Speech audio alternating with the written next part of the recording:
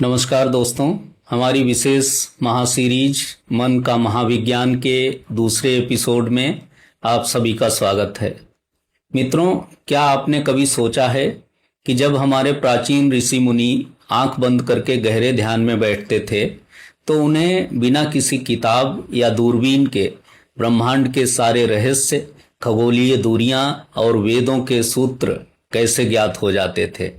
हम इसे केवल चमत्कार मान लेते हैं, परंतु आज का आधुनिक न्यूरोसाइंस जब ध्यान लगाने वाले लोगों के मस्तिष्क का ईसीजी या ईईजी करता है तो एक अद्भुत सच सामने आता है।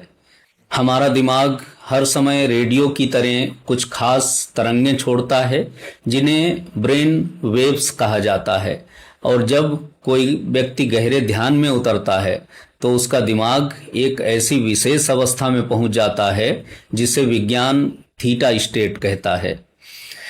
यह मस्तिष्क की वो जादुई फ्रीक्वेंसी है जहां आप सीधे ब्रह्मांड के ज्ञान से जुड़ जाते हैं। आज हम इसी के पीछे छिपे शुद्ध विज्ञान को समझेंगे।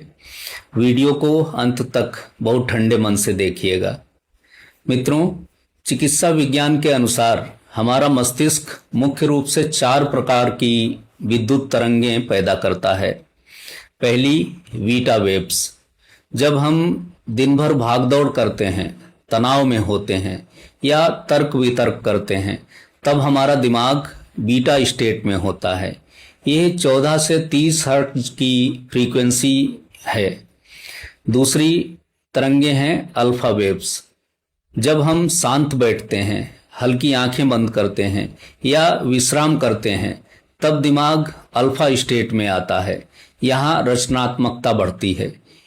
तीसरी हैं डेल्टा वेव्स। ये सबसे धीमी तरंगें हैं, लगभग 0.5 से 4 हर्ट्ज तक की, जो केवल तब बनती हैं जब हम बिना सपनों के गहरी नींद में होते हैं। और इन सबके बीच आती है सबसे चमत्कारी तरंग, थीटा वेव्स। ये 4 से 7 हर्ट्ज की फ्रीक्वेंसी है। यह अवस्था जागने और सोने के बिल्कुल बीच की है, जिसे हमारे शास्त्रों में अर्ध जागृत या गहरे ध्यान की अवस्था कहा गया है। मित्रों, न्यूरोसाइंस कहता है कि जब कोई योगी या ध्यानी गहरा ध्यान लगाता है तो उसके मस्तिष्क की बीटा तरंगें शांत हो जाती हैं और पूरा दिमाग थीटा स्टेट में वाइब्रेट करने लगता है। इस अवस्था में आपके चेतन मन का पहरा हट जाता है और आपका अवचेतन मन यानी सबकॉन्शियस माइंड पूरी तरह जागृत हो जाता है।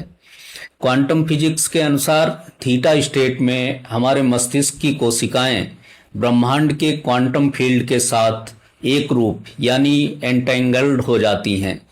यही वो अवस्था है जिसे मांडूक्य उपनिषद में सुसुप्ति और तुरीय पद का मिलन बिंदु कहा गया है। हमारे ऋषियों ने इसी थीटा स्टेट में जाकर ब्रह्मांडीय ज्ञान को प्राप्त किया था, जिसे उन्होंने श्रुति यानी ईश्वर से सुना हुआ ज्ञान कहा। आइंस्टीन, निकोला टेस्ला और श्रीनिवास रामानुजन जैसे महान वैज्ञानिकों को भी अपने जीवन के सबसे बड़े आविष्कार इसी थीटा स्टेट में यानी एक शांत विचार शून्य अवस्था में ही डाउनलोड हुए थे। तो दोस्तों, हम अपने दैनिक जीवन में इस अद्भुत थीटा स्टेट का लाभ कैसे उठाएं, इसके लिए आज से ही इन 3 वैज्ञानिक नियमों का पालन करें। पहला, सोने और जागने के तुरंत बाद का समय। जब आप सुबह नींद से सोकर उठते हैं और रात को जब आपको नींद आ रही होती है, आपका दिमाग प्राकृतिक रूप से कुछ मिनटों के लिए थीटा स्टेट में होता है। उस समय मोबाइल छूने के बजाय शांत रहकर अपने जीवन के लक्ष्यों के बारे में सोचें। दूसरा, भ्रामरी प्राणायाम और चैंटिंग। जब हम ओम या किसी मंत्र का गहरा उच्चारण करते हैं तो उससे निकलने वाले कंपन हमारे मस्तिष्क को तुरंत अल्फा से थीटा स्टेट में ले जाते हैं। तीसरा, प्रकृति के साथ जुड़ाव। सुबह के समय शांत प्रकृति में बैठना, बहते पानी की आवाज सुनना दिमाग को बहुत जल्दी शांत करता है। इस अद्भुत मानसिक क्षमता के लिए प्रकृति और ईश्वर के प्रति रोजाना सुबह गहरी कृतज्ञता व्यक्त करें, क्योंकि कृतज्ञता मस्तिष्क की फ्रीक्वेंसी को तुरंत संतुलित कर देती है। मेरे प्यारे दोस्तों, आपका मस्तिष्क केवल विचारों को पैदा नहीं करता, बल्कि ये ब्रह्मांड की असीम शक्तियों को ग्रहण करने वाला एक दिव्य एंटीना भी है।